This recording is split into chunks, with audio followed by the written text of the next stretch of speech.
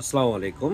ঈদের লম্বা ছুটির পর যারা বাসায় চলে এসেছেন, এখন তাদের অ্যাকোয়ারিয়ামের কী করণীয়, আমি সেটা বলে দিচ্ছি। যাদের প্ল্যান্টের ট্যাঙ্ক আছে, তারা শুরুতেই 50% এর মতন ওয়াটার চেঞ্জ দিয়ে নিবেন বাসায় আসার পরেই। ওয়াটার চেঞ্জ দিয়ে লাইটের ইনটেনসিটিটা একটু কমিয়ে দিবেন। CO2 টা অন করে দিবেন। CO2 টা অন করে লাইটের ইনটেনসিটিটা একটু কমিয়ে দিবেন। কারণ হঠাৎ করে বেশি লাইট দিলে ট্যাঙ্কে অ্যালগি চলে আসতে পারে। সেক্ষেত্রে আপনারা ইনটেনসিটিটা কমিয়ে দিবেন, পরে আস্তে আস্তে সেটা বাড়াতে পারেন। ওয়াটার চেঞ্জটা ইম্পর্টেন্ট। আর ফার্টিলাইজার যেহেতু এতদিন দেওয়া হয়নি, এখন থেকে আবার ফার্টিলাইজার দেওয়া শুরু করবেন।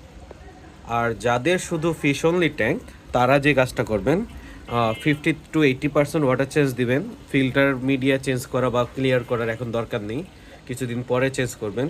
শুধু ওয়াটার চেঞ্জ দিয়ে আপনারা এখন থেকে নর্মালি মাছকে যেভাবে খাবার দিতেন, সেভাবে মাছকে খাবার দেওয়া শুরু করতে পারেন। কখনোই মাছকে ওভারফিড করবেন না। মাছকে ওভারফিড করলে মাছের ক্ষতি ছাড়া কখনোই ভালো হয় না।